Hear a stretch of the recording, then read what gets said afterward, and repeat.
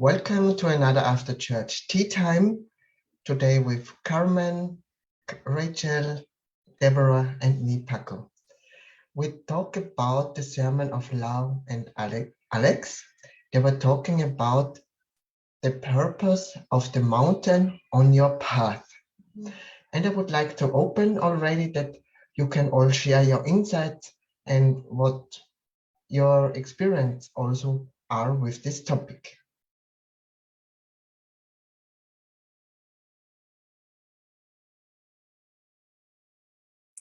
Yeah, the purpose of the mountain. It's important that we have that on our journey and to gain more strength and to be shaped like a diamond, to be prepared for the next level, basically.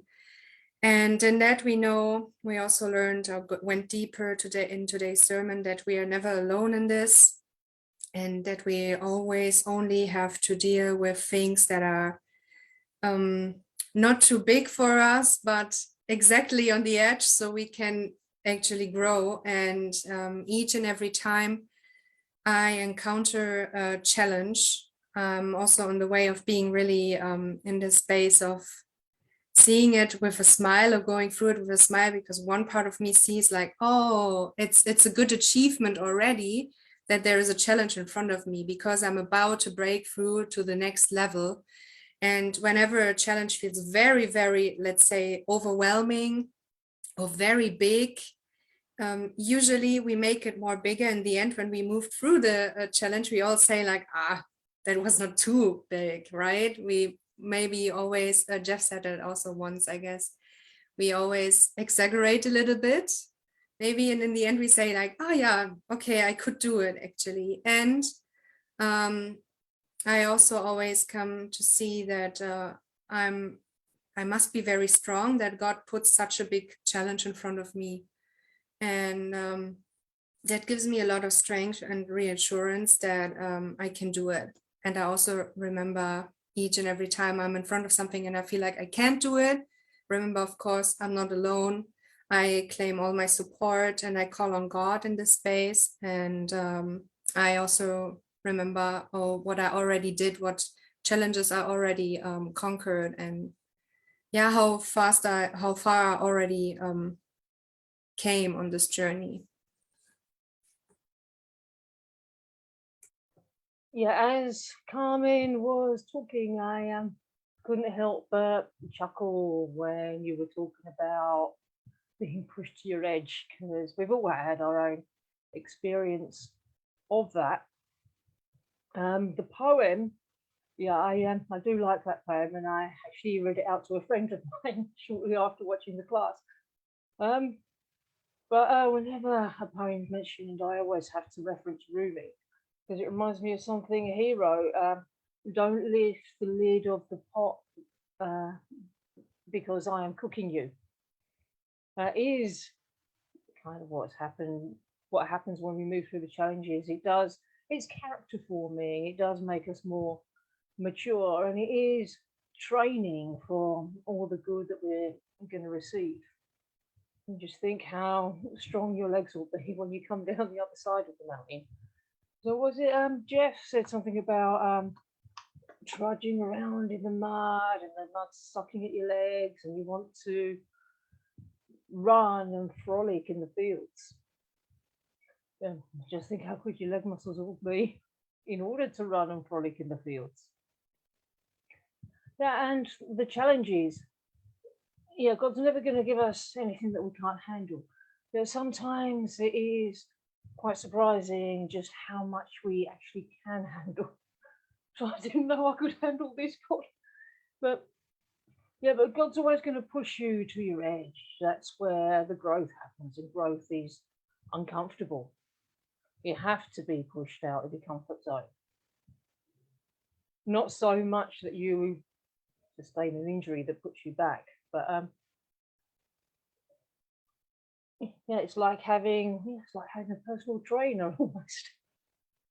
Yeah, you're pushed to you are pushed to your edge. Your twin flame will also always push you to your edge. That's what they do, and that's okay.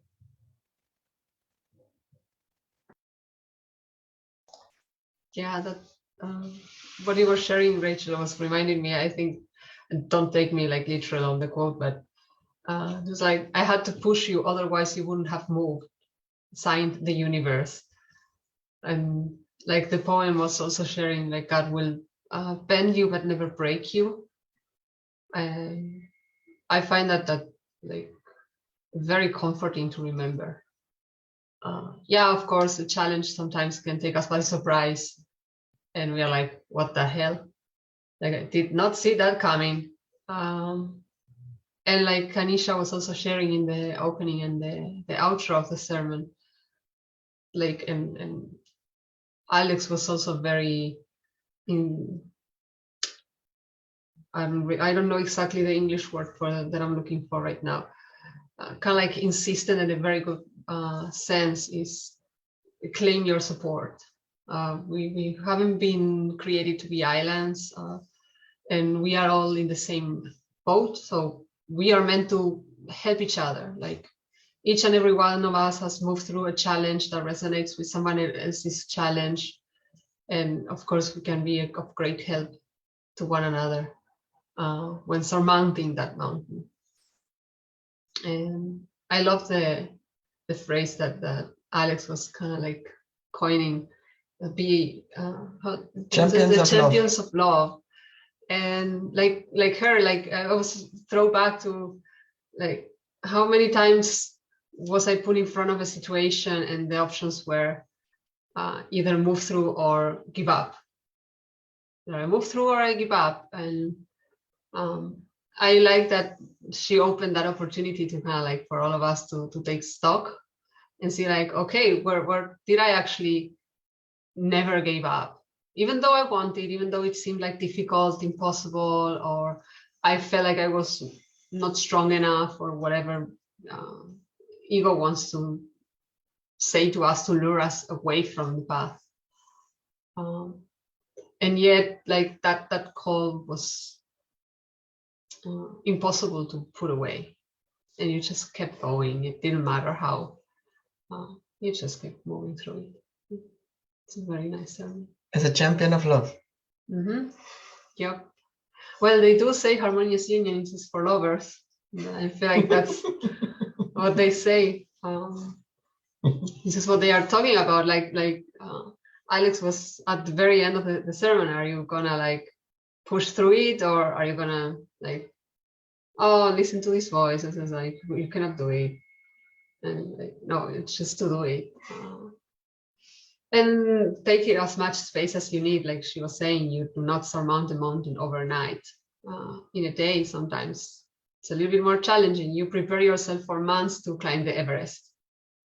And like even the high, like the most skilled trekkers or people who do climbing do this. They don't like, oh, I suddenly woke up, I'm gonna climb the Everest and with no preparation whatsoever.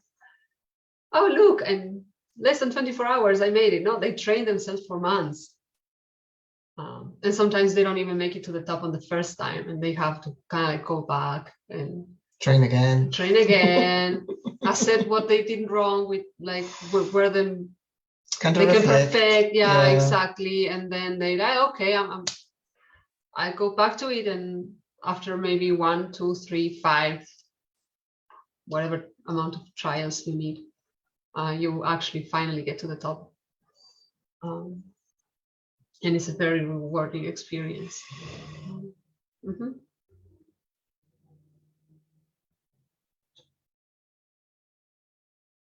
Yeah, in addition to that, in terms of reaching the destination, I actually like that we can't see how long it takes us to get to the destination. Because first of all, I think if we would see how long we have to go or what other challenges we have to conquer to reach the destination, I think most of us would give up. At least I would do, maybe, I don't know. And second, I think the purpose of learning would not be there.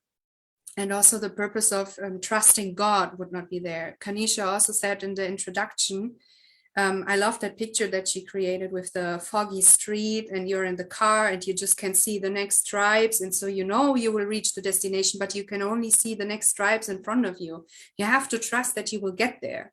And as long as you're choosing something on your path, like harmonious union, your perfect job or whatever, you will get there, and you have to trust that you're already on your path to it, even though the path might look like very different than what you expect. Like, let's say you claim your twin flame, you claim harmonious union, and suddenly you have to work through financial insecurities or whatever. You think like, what does it has to do with my twin flame? But it has everything to do with it, because everything is connected. And so we have to trust and surrender and let go of the control, how it will look like and when we will get there, because we will get there, we are already there, and on the path it's just a relaxing and trusting into the process.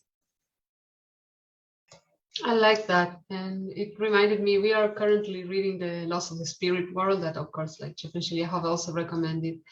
And I'm in this part where it says, like, you will get tested. So if you have all of your fears come up, it's just so that you can strengthen your courage.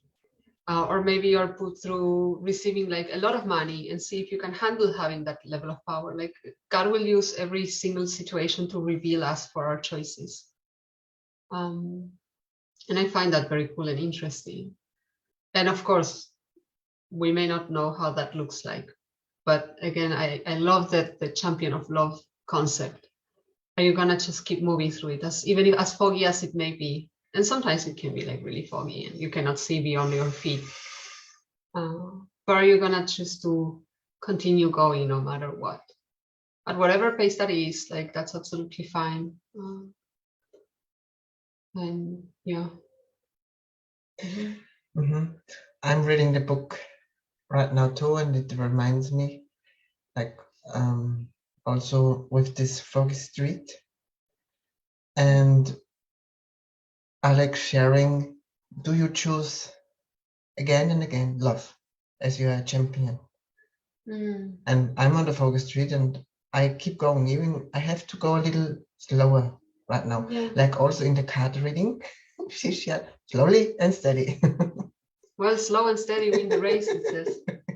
Exactly. And sometimes we have these phases, and then we can fall into this belief nothing happens. Nothing is moving, nothing is happening. I'm doing something wrong. No. That is this voice Alex was sharing. Are you listening to this voice over there who wants to say, go away, don't be in service anymore? Or are you saying yes to love, and you do what is in front of you? Even you think you know better and it should go faster and it should go that way and I should be already there. And you stay here and say, no, I am choosing love again. I'm choosing to trust God. Whatever is in front of me, He will never break me, even it feels like that. But He will never do that, as I'm just learning to love myself unconditionally and to be compassionate with myself. Yeah. In truth, He's never really breaking you. He's just breaking the false image that you had of yourself. And so you actually come to learn who you truly are, which I think it's more interesting. I don't know. I like myself better when I can see like pieces of my divine self and like, oh, that's really juicy. Yes, I like that. cool. And of course, it's gonna be challenging. Like I was watching a class shortly before watching the sermon, and Jeff was like speaking about school class. the Twin Flame Ascension School class that Alex was also mentioning in the sermon. And Jeff was sharing like he could, it would be impossible for him not to be who he is. Yeah, and of course, this comes also kind of like with a price, so to say. It comes with the challenges. You're not going to be able to please everyone by just being you. But at the end of the day, that doesn't have to be the thing that matters. And this is actually something that I'm currently working on our union too. It's kind of like moving through the challenges of setting the appropriate boundaries with people around me and myself, and kind of like pursue that desire that I had since, at least since I'm a teenager, of like being myself, all of who I am. And like, yeah, just keep moving through it. And it can be challenging. I live alongside a man who is like balls to the wall, and he's claiming his true self every day, doesn't give an F, and you kind of have to keep up. But yeah, I don't know, it's like the promise of dreams is that they do come true, and once they are fulfilled, they are like really yummy.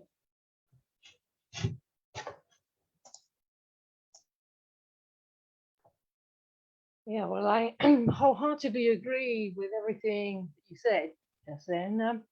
But I'd like to go back to the analogy of driving through the fog, because I've literally driven to a few places where visibility is being almost zero, and I'm just thinking, oh, don't crash, just follow the white lines. And I know how frustrating it can be to only see that next step in front of you. And if you ask God, is this the last block? God will always say yes, because he's not going to show you how many. He doesn't want you to be discouraged. And I know from experience it is better this way, because on one occasion I had enough foresight to see like 3 steps in front of me. It was really frustrating because I couldn't do anything about the 3rd step until I'd worked through the first 2. But the journey, if you're driving through the fog, you think, well, it's not very pleasant, it's grey, there's no scenery, but that's not true with this journey. There's lots of beautiful scenery around you, and you can't get there any quicker by reaching out of the window and trying to grab at it. Just enjoy the trip, enjoy the scenery, the mountains going past. Or didn't Jeff say that when you're driving towards a mountain range, it doesn't look like it's getting any closer until you're right on top of it? And so if it seems like it's like you're going too slow, the truth is you're not really, because, or A, you're going at the perfect pace for you, the most divine compassionate pace, and B, there's so much happening behind the scenes that we don't know about. Yeah, the fog's there, but actually there's galaxies flying past us. The little white lines on the road won't tell you. So yeah, you really do have to enjoy the journey and lead the life that you want to live right now. And when you get to the destination, your life isn't going to change. It will still be the same life, but with bonus pieces in it.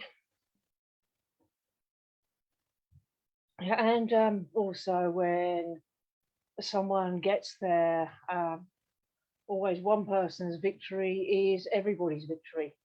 It helps everybody closer to the destination. And of course, ego is going to say that the challenge is too great for you, but every person that's pursued any great spiritual path has at some point always thought the same thing, or that the practices don't work. And that's where persistence comes in, and keep choosing it in every moment. Choose love in every moment, and your destination will only be love.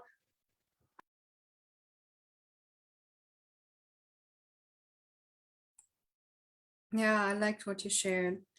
Also going deeper, what it means to enjoy the journey and to really find balance in doing the spiritual work, and not grasp for the next upset to, reach the destination, but to really enjoy the scenery when we stick to the street imagery now. So really, I found myself really sitting down and seeing what's the next upset. I have to heal something, but then I'm going away from what my task right now is grounding my healing. And I'm really learning what it means to ground. It's not just sitting and meditating on my root chakra, but actually enjoying what I have right now and setting boundaries where I have to, or really, really fill myself up with joy. I'm still think that's one of my biggest challenges, really grounding what it actually means. And in enjoying it, you will feel, I'm doing somewhat less spiritual work, it's more that the upsets that I need to work through come to me naturally. I don't have to be that for myself, because it's God who brings that to me. And another point is that the metric of success is, am I moving through the upset right now? It's also from a Twin Flame Ascension School class. It's a very nice pinpointed sentence that I always keeps reminding me, like, yeah, I'm moving through the upset right now. I choose to move through the upset right now. Everything is fine. I'm on the right path.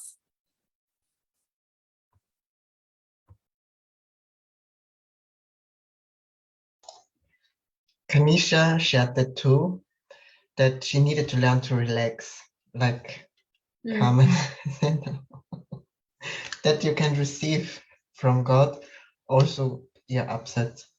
Yeah, you don't need to kind of like go about like a dog trying to take the bone out of the dirt and kind of like looking at all these places. It really naturally comes up.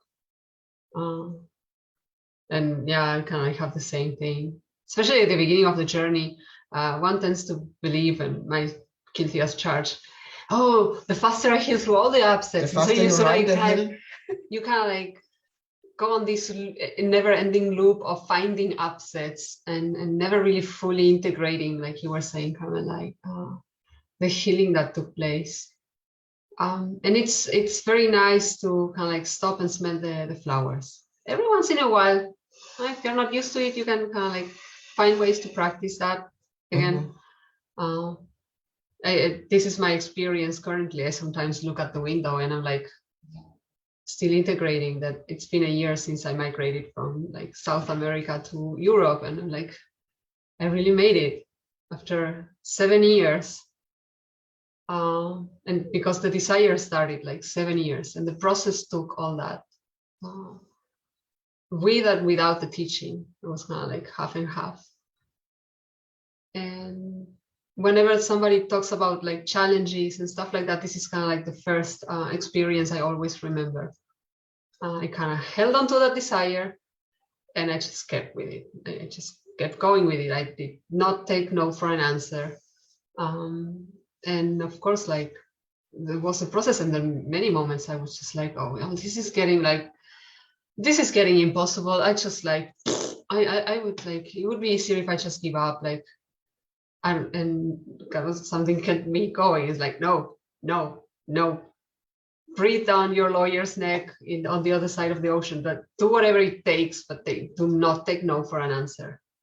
And of course, this doesn't mean like controlling or anything, like you, Carmen, was sharing. It's not like learning to flow. And this is what the teachings of union also is. Yeah, and see the task in front of you and being service here. And do whatever it is, like to the best of your abilities. Like Carmen was sharing, are you moving through it? Yes. Then that's all that matters.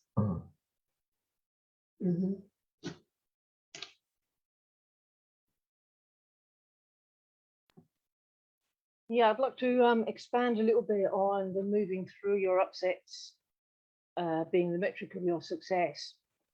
Because if you look to the outside as the metric for your success, you'll be disappointed, guaranteed. So you go by how you feel, but not necessarily how you feel right now, because you could be in the middle of an upset, you could be moving through an upset, you could be upheaving. Yeah, it is literally, am I moving through this? And sometimes the universe throws you a curveball, and then you're literally in the thick of it. And all you can do is just keep moving through it. They say that there's the choice to keep going or give up, but in my opinion, that's not a choice, because there's nothing to go back to. But if you rush your healing, if you try to rush through your healing and ask to take on everything at once in order to get to the destination, then the impatience is the very upset that you need to heal. You've got to be all right with not knowing the hows and the whens. You've got to be all right giving it all to God and letting God do his job.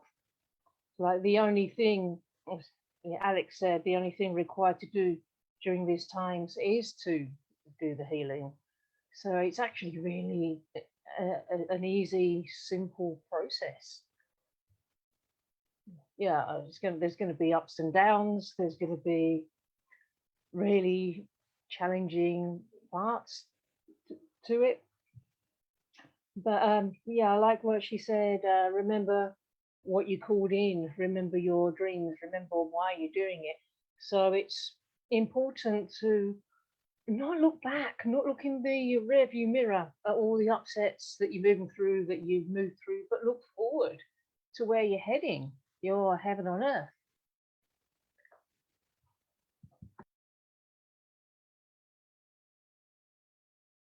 Yeah, I can expand on that as well. What I'm also learning right now is in terms of looking forward to something, I found myself back in enjoying actually law of attraction meditations, these guided ones, or sometimes just sitting down, feeling into my heart, how would it feel to have it right now, and ground that joy within myself. And I've been doing this now every evening and every morning when I wake up, and the energy shifted immensely. I've been going through my day completely differently and really feeling into how it feels like. So for me, it's right now the perfect job, claiming the perfect job, and what it feels like, and seeing what desires I actually have, what feels good to me, what has God put in my heart. And it's been quite a journey for me to explore, and I feel like I'm still not fully there, but it's also a journey to explore what you like, and then starting with, what do I know, what do I already know, what I like. And that was something I did before as well. I always said, no, I don't want this anymore. It's good to say no, it's good to know what you don't want, but I was focusing on that, and I didn't say instead. So when you say no to something, you have to say yes to something as well. It's like letting go of an upset. You let it go, but you don't look after it. Oh, there it goes. Then you still grasp on it. Then you have to also say yes to something else. Like, what do I receive instead? And then focus on that relief or that peace, that ease, whatever you get. And that was something that was really touching me and getting me deeper as I realized this, like, oh, that's why I was such in a spiral downwards. And now, since I'm saying yes to the things that I want, I feel like I'm getting to know also this femininity in being in my feminine, of receiving things, of letting God work things out for me. And there you go again with this relaxing into the process, and just relax and let everything come to you, also upsets and whatever.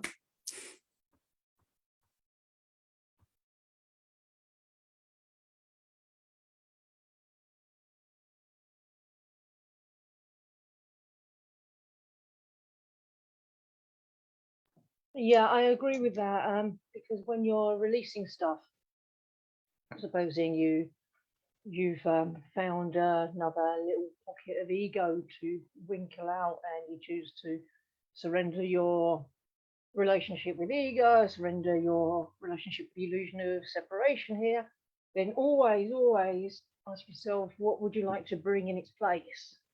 Love, compassion, whatever. But that's it's really important for the exercise.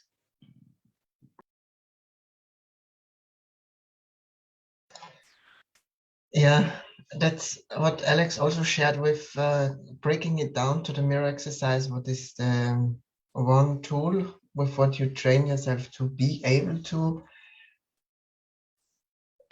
go always higher mountains on your path? Because once you overcame this one mountain, the next mountain can be bigger and more challenging than the previous. And this is a good thing, because with every new challenge, you can then train your muscles more. And so you grow, and you grow here in love. You expand love in your consciousness and peace in your consciousness. And this is the way coming into union and harmonious union. As you harmonize more and more these places, as also Carmen shared, she's letting go of what don't feel good anymore, and she's focusing on the love that is coming in. And when you just do the mirror exercise, and you don't let the healing integrate and ground in your system, there comes a time where God says you have to do that right now, and then you cannot do anything than receiving all that. And here is to find the balance. Like when you are going on a walk, sometimes you have to make a break. 5 minutes, it's enough. Sometimes it's 10 minutes, but I sit down, maybe in the grass, and I breathe. And then the challenge feels easy because I take a water, I eat an apple, everything feels much better. You cannot keep going. You cannot move through a challenge if you're taking from yourself in the process. You're kind of like setting yourself for failure there. So it's kind of like as you share, finding your own balance, not making the challenge an excuse to not do anything, don't overdo something to avoid the challenge. Find kind of like that works best for you. Exactly what the poem was talking about. God will do it anyway. Yeah, well, this is the interesting thing, because it's also spoken in the laws of the spirit world.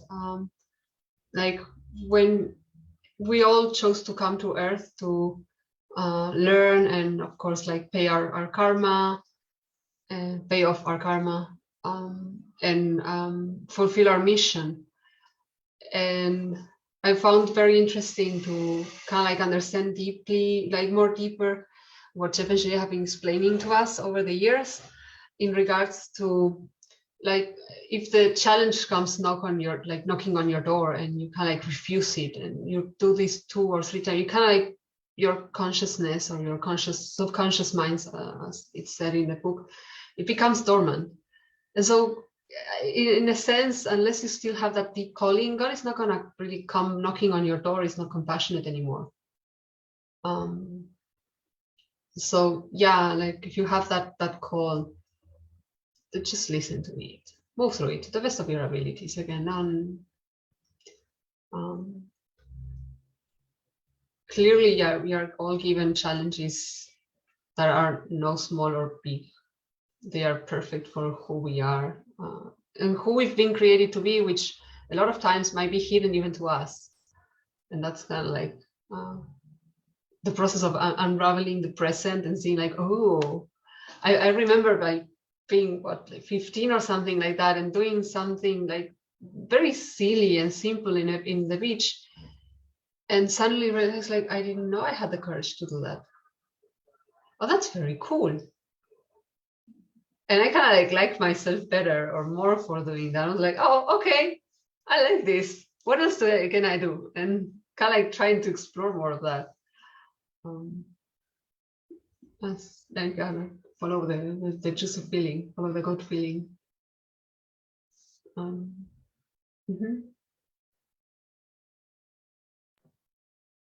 Yeah, well, going back to what Paco said, you know I had an uncle Paco. So I'd mention it. It wasn't actually a mistake when you said mustard and corrected yourself, because you climbed the mountain to build muscle so you can cut the mustard, and you climb one mountain and you build your strength, and so the next mountain, if it's steeper or higher, you've got the strength to get over it, and you wouldn't have done so before, not without the previous challenge. And however long it does take, I mean, when you reach your destination, when you reach union, your heaven on earth, etc., etc., it comes in due to a miracle. But just like there's no big or small upsets, they're all the same. I mean, one can look really huge when you're right at the core of it. By the same logic, there's no order of difficulty in miracles. So if you can manifest a cup of tea, you can manifest anything else that you like, that you want, just as easily.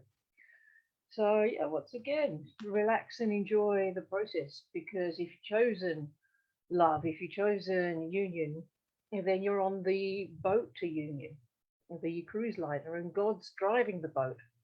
So there's nothing you can do that will get you to the shore quicker. It has to literally take the journey.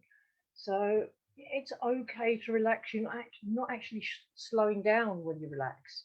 You're still moving forward at the same rate. You can slow yourself down if you don't let yourself relax. So you may as well relax, enjoy the cruise. So do some sunbathing, have a game of tennis or something. I like that. You reminded me of a scene in the movie Moana from Disney. And like, even when it feels like it might be a setback, it might be a shortcut, actually. It's like she's sailing, looking for this god or semi-god. And then a storm hits. I don't really want to give away much of the movie, but so spoiler alert. But, and she reaches like this beach in the middle of nowhere. And she's like, are you kidding me? Like, again, like throwing the fist at the divine, at God, and saying like, come on, dude. And she suddenly looks around and she realizes that she actually reached her destination.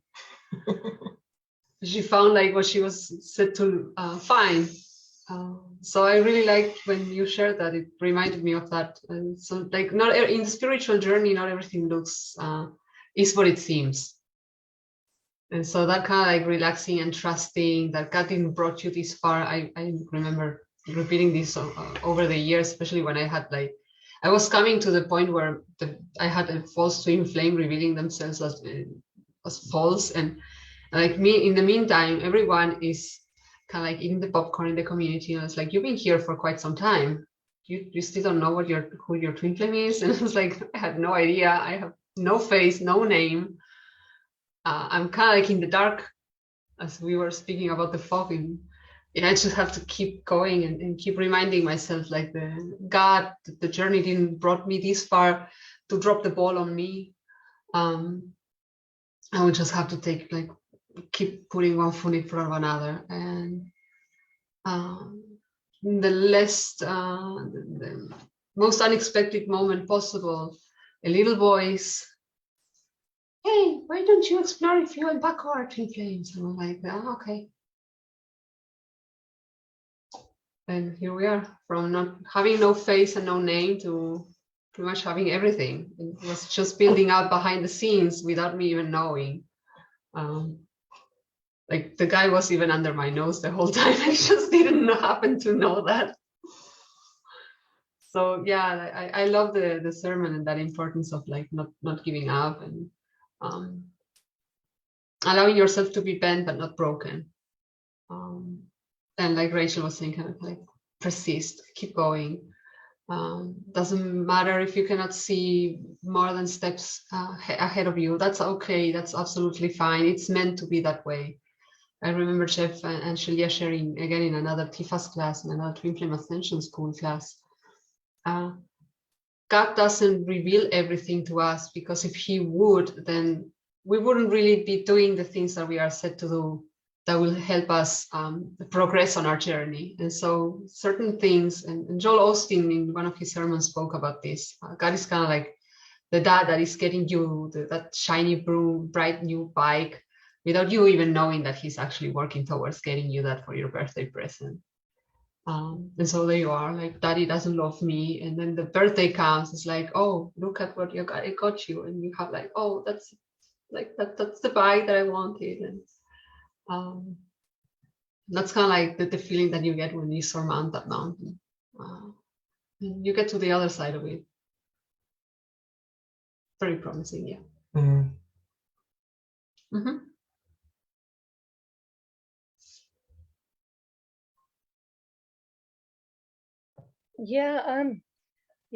I agree with what you said about God not revealing everything to us. Well, it's not a matter of agreeing, it's the way things are. But the truth is, the reason God isn't showing us more of what's going on behind the scenes is because if it would benefit for him to show us, he would. There's a reason for it, there's a higher purpose for it, and it's excellent exercise in building faith. Because I, for one, still feel like I need to put a little bit of work into that department. But then building faith is building your relationship with God. Building faith and trust is a relationship that you build, and with yourself as well. So just keep taking the steps.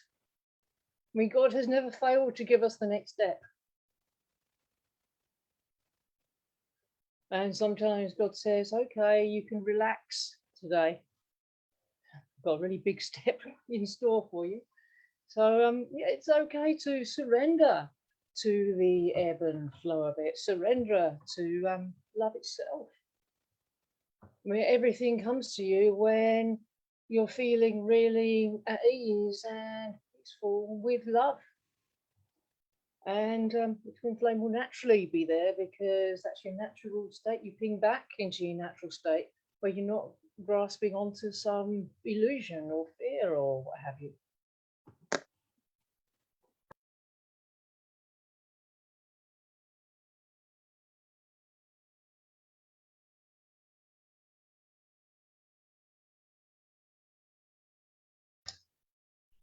Yeah, wonderful insights from all of you. Thank you very much for this very healing and interesting discussion about the sermon from Lau and Alex about the purpose of the mountains on the path.